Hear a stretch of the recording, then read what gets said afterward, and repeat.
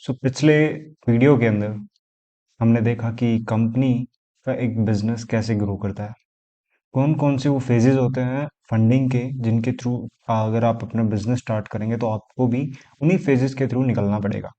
तो सबसे पहले एंजल्स की आता है, जो वो सीड फंड करते हैं आपके बिजनेस में।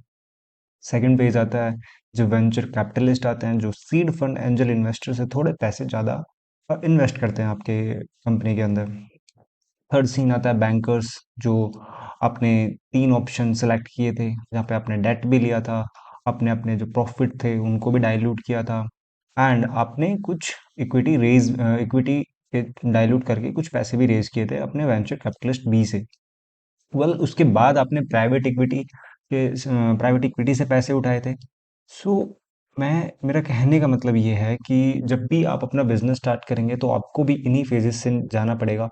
लास्ट में जब आपको बड़े अमाउंट की ज़रूरत होती है तो आप आईपीओ लेके आते हैं, और आईपीओ के अपने कुछ फ़ायदे होते हैं। एंड वो सभी चीज़ें आज के इस वीडियो में डिस्कस करेंगे कि why do companies go public. आप कंपनीज जो है वो पब्लिक क्यों जाती है, मतलब आईपीओ क्यों लेकर आती हैं। वेल, सो सबसे पहला इसके कुछ एडवांटेज हैं। सो उन एडवांटेजेस के बारे में बात करते हैं, और यही रीज़न है किसी भी आईपीओ के आने का।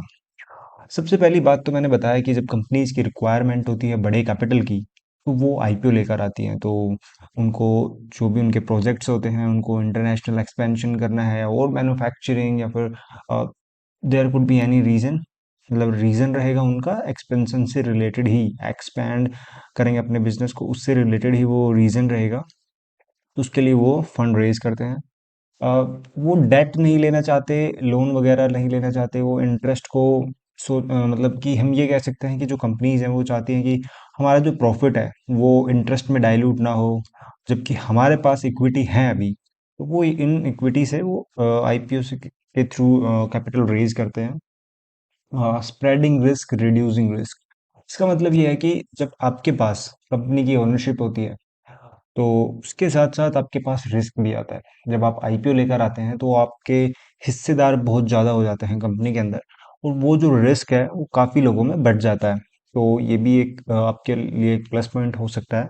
सो provide an exit for the early investor, जिन भी इन्वेस्टरों ने आपके अर्ली स्टेज में इन्वेस्ट किया था, जो एंजल इन्वेस्टर हैं, वेंचर कैपिटलिस्ट हैं, प्राइवेट इक्विटी हैं, वो चाहते हैं इस स्टेज पे निकलना, तो वो निकल सकते हैं अपने शेयर को सेकेंडरी मार्केट में बेचकर। वो अच्छा खासा एक अमाउंट बना सकते हैं। सो ये उनके लिए एक प्लस पॉइंट होता है आईपीओ के स्टेज पे। रिवॉर्ड एम्प्लॉय, सो जो भी एम्प्लॉयज़ ने आपके अर्ली स्टेज से काम कर रहे हैं आपके लिए, तो आपने उनको ईसोप दिया होगा, जो एम्प्लॉयज़ को स्टॉक ऑप्शन देते हैं। उन स्टॉक ऑप्शन पे जब आप देते हैं उनको, तो काफ़ी डिस्काउंट प्राइस पे उनको मिलते हैं।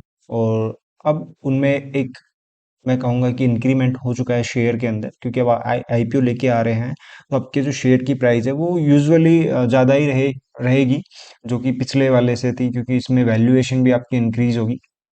तो जो वो ईसॉप है उन एम्प्लॉयज़ के पास, वो भी उनसे बेच सकते हैं और काफ़ी प्रॉफिट बना सकते हैं। इम्प्रूव विजिबिलिटी, सो होता क्या है कि जब आप आईपीओ लेके आते हैं तो आपकी कंपनी पब्लिक होती है, सारी डिटेल पब्लिक करते हैं, तो लोगों के पास पूरी इंफॉर्मेशन रहती है आपकी कंपनी के बारे में। जो भी, अगर आपकी कंपनी एक अच्छा प्रोडक्ट बना रही है, अच्छी सर्विस दे रही है, और आपको भी भरोसा है कि आपकी जो कंपनी है वो सच में वेल एंड गुड है, हम अच्छा बिजनेस भी बना रहे हैं, अच्छा प्रॉफिट है, तो उन सब से आपकी जो कंपनी की है वो विजिबिलिटी होगी, एंड लोग उस पर भरोसा करेंगे। सो आईपीओ से एक ये भी फायदा होता है कि आपकी जो कंपनी है उस पर लोग ट्रस्ट करना शुरू कर देंगे। सो देखिए क्या है कि आपकी जो रिक्वायरमेंट थी वो है 200 करोड़ रुपए की, और कंपनी के पास अभी 16% शेयर हैं, जिसको किसी को भी अलॉट नहीं हुए हैं ऑथराइज शेयर, जो कि 8 लाख शेयर हैं, जिसकी वैल्यू जो प्राइवेट इक्विटी में जब आपने पैसे रेज किए थे तो उस टाइम पे जो 16% शेयर थे उनकी वैल्यू थी 64 करोड़ रुपए। लेकिन अब जो है वो सिनेरियो बदल चुका है। प्राइवेट इक्विटी के जब आपने पैसे रेज किए थे उसको काफ़ी टाइम हो चुका है, और अब बिजनेस आपका ग्रो भी किया है, आपने प्रॉफिट भी बनाया है, आपने हो सकता है और मैन्युफैक्चरिंग यूनिट्स भी बनाए होंगे। तो ओवर द टाइम आपकी जो शेयर की वैल्यू है वो भी बढ़ेगी। So company grow over that time period. तो जो 64 करोड़ है, आपने कैलकुलेट किया कि अब इसकी वैल्यू है 125 से 150 करोड़ के बीच में है। इसके हिसाब से 125 करोड़ के हिसाब से आपकी शेयर प्राइस 1562 से 1875 के बीच में रहेगी। सो इसकी वैल्यूएशन वगैरह आगे हम सब चीज़ें कैलकुलेट करेंगे।